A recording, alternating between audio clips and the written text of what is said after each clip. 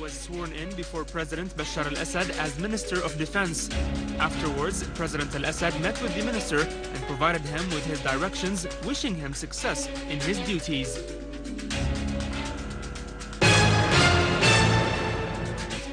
Russia and China vetoed a Western-backed draft resolution at the United Nations Security Council that could have led to imposing sanctions on Syria under the 7th chapter of the UN Charter. Russia's ambassador to the UN Security Council, Veto China, said that his country will not accept resolutions against Syria under the 7th chapter of the UN Charter. Turkey underlined the importance of extending the United Nations supervision mission in Syria, expressing Russia's support to the plan of the UN envoy to Syria, Kofi Annan, to settle the crisis peacefully. This was the third time in 9 months that Russia and China, both permanent members of the Security Council, vetoed Western-backed draft resolutions that aimed at interfering in Syria's internal affairs and imposing sanctions on Syria. The Chinese representative at the UN, Li Baodong, said that the Western draft resolution that was vetoed clearly violates what was agreed upon in Geneva regarding reaching a peaceful solution to the Syrian unrest through dialogue between the Syrian leadership and the opposition. He added that there are some sides in the UN acting in a way that undermines reaching a constructive consensus for supporting stability in Syria, respecting its sovereignty according to the Annan Plan. The Chinese representative accused those sides of undermining the Annan Plan, pointing out that they are working to interfere in Syria's internal affairs in violation of international conventions. Baodong also strongly condemned the terrorist acts the Syrians are being subjected to, the latest of which was the attack that targeted the National Security Building. Syria's permanent representative to the UN, Dr. Bashar al-Jafari, pointed out that it is suspicious that every time there is a United Nations Security Council session on Syria, terrorist acts happen, targeting the Syrian people and institutions.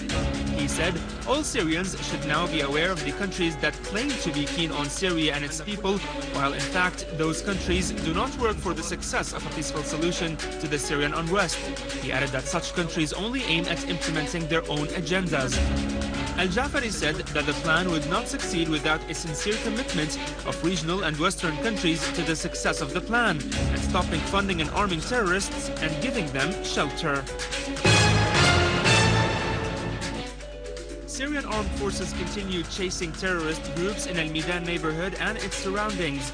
An official source said that the operation resulted in seizing weapons hidden in warehouses, vehicles equipped with machine guns, and large amounts of ammunition in Al-Sakhane Square in the neighborhood.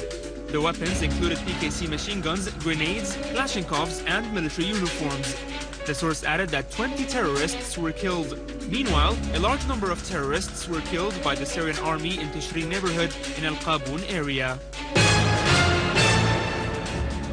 In Hama, the Syrian army stormed terrorist dens in the neighborhoods of Masha' al-Arba'in and Aleppo Old Road and seized a large quantity of weapons and ammunition.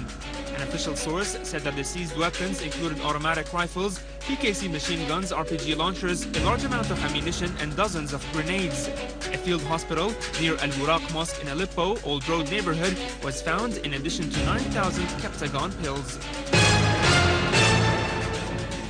Authorities foiled an infiltration attempt by armed men who tried to steal into Syria from Lebanon at the sites of Idlin, Al-Shara, Jisr Omar, and Al-Armuta. The armed men opened their machine gun fire at Syrian border guards and launched RPGs. The border guards clashed with the terrorists and inflicted heavy losses on them, while some of them fled back to the Lebanese territories. Meanwhile, security forces confronted armed terrorists who attacked citizens and law enforcement personnel in Tel Kalakh and Al-Qasir in the countryside of Homs, inflicting heavy losses among their members.